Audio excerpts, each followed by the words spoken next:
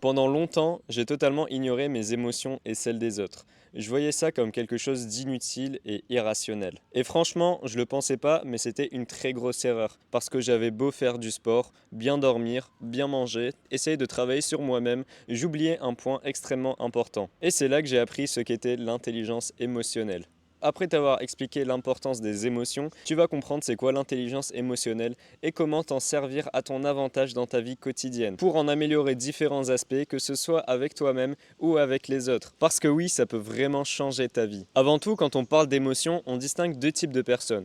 Dans un premier temps, il y a celles qui se laissent emporter par leurs émotions, qui se laissent submerger par leurs émotions. Elles ont des réactions purement émotionnelles. C'est par exemple quelqu'un d'énervé qui se met à crier et à faire de la merde. Si tu es ce genre de personne qui a du mal à maîtriser tes émotions, sache que ça peut nuire tes relations, tes décisions ou même ta santé mentale. Le deuxième cas représente les personnes comme moi qui ont choisi d'ignorer leurs émotions, de les enterrer et de faire comme si elles n'existaient pas. Ce qui peut paraître plutôt bien, mais il faut savoir qu'une émotion ignorée reviendra encore plus fort. On a souvent cette idée que les femmes sont plus émotionnelles que les hommes, mais en réalité ce n'est pas totalement ça. Ce n'est pas qu'elles ressentent plus que les hommes, mais c'est plutôt qu'elles expriment plus. Les hommes aussi, on a des émotions, mais on est beaucoup à faire l'erreur de ne pas les prendre en compte. Moi le premier. Je les voyais comme un signe de faiblesse, quelque chose qui ne ferait que de me ralentir. Alors qu'en réalité, la faiblesse était de ne pas être capable d'y faire face. Et ça, en général, nous les hommes, on a vraiment du mal à l'accepter. Je dis ça en connaissance de cause. J'ai toujours eu mon ego d'homme qui ne voulait pas que je me rende vulnérable en exprimant quoi que ce soit comme émotion. Faut comprendre qu'on ne peut pas faire disparaître ses émotions.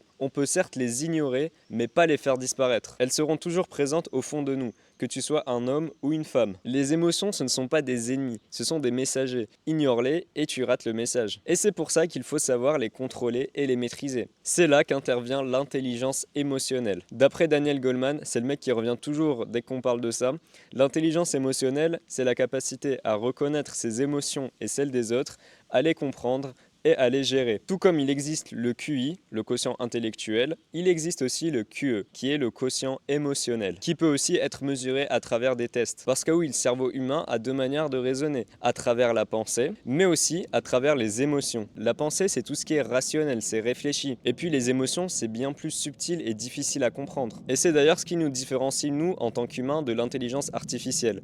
On peut ressentir et avoir des émotions. C'est pour ça que je pense que l'IA aura du mal à remplacer les humains. Elle nous dépasse certes au niveau intellectuel, mais elle est loin de nous rattraper au niveau émotionnel. Et c'est pour ça qu'il est impératif de développer ton intelligence émotionnelle. Parce que oui, ce n'est pas quelque chose de génétique, mais c'est une compétence que tu peux développer et qui peut s'améliorer avec le temps. Ça nécessite du travail sur soi-même.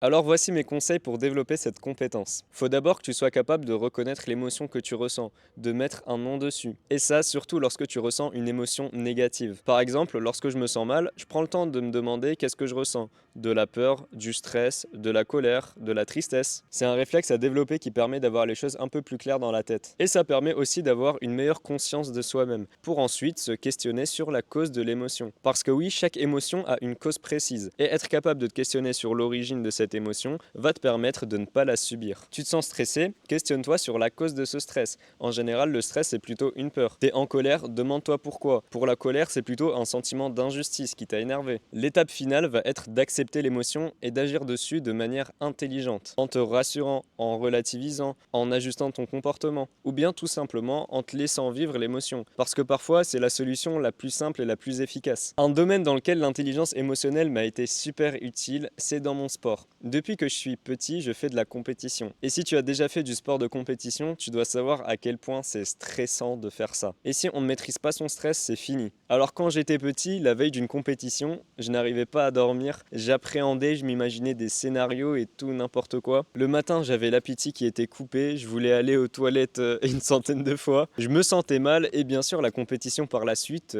c'était pas trop ça. Et tout ça pour la simple raison que je n'avais pas la capacité de reconnaître l'émotion que je ne ressentais.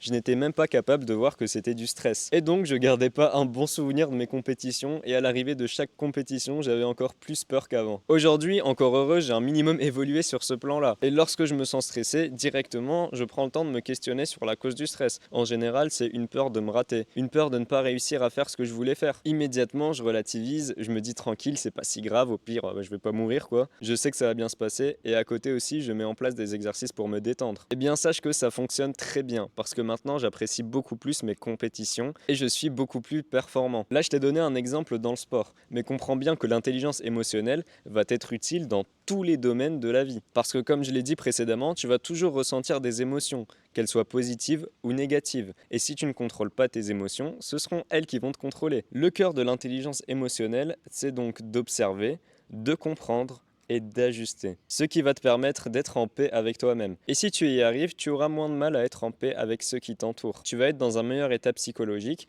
et ainsi tu pourras te décentrer de toi-même et te mettre à comprendre les émotions des autres et ainsi développer ton empathie. Parce que oui, si tu vas être capable plus tard dans l'avenir de mener un projet de groupe, d'initier les autres à faire quelque chose, ce sera pour toi indispensable de prendre en compte le ressenti des autres par rapport aux situations. C'est quelque chose que peu sont capables de faire et c'est là que les plus intelligents se distinguent. Pour conclure cette vidéo, je veux te dire que tu peux commencer dès maintenant à travailler ton intelligence émotionnelle. Maintenant, tu as conscience de son importance et il te reste plus qu'à passer à l'action et tout dépend de toi. Il n'y a pas besoin d'être parfait pour développer ton intelligence émotionnelle. C'est tout simplement le fait que tu sois capable de te comprendre, de gérer les moments difficiles et agir avec plus de clarté dans ta vie. Moi-même, je suis loin d'être excellent à ce niveau-là, mais au moins maintenant, je prends en considération mes émotions dans mon bien-être et ma vie en général. D'ailleurs, n'hésite pas à me dire en commentaire ce que tu penses de ce concept de l'intelligence émotionnelle. En tout cas, j'espère que la vidéo t'ait été un minimum utile. On est tous capables d'accomplir de grandes choses, toi aussi. Mais malheureusement, on est beaucoup à ne pas en prendre conscience. Et t'abonner à ma chaîne va juste t'aider à exploiter un maximum de ton potentiel. En même temps, ça me fait plaisir et ça me motive encore à produire des meilleures vidéos qui pourront t'aider. Alors merci beaucoup si tu le fais. Prends soin de toi, c'était Bones et je te souhaite une très belle journée.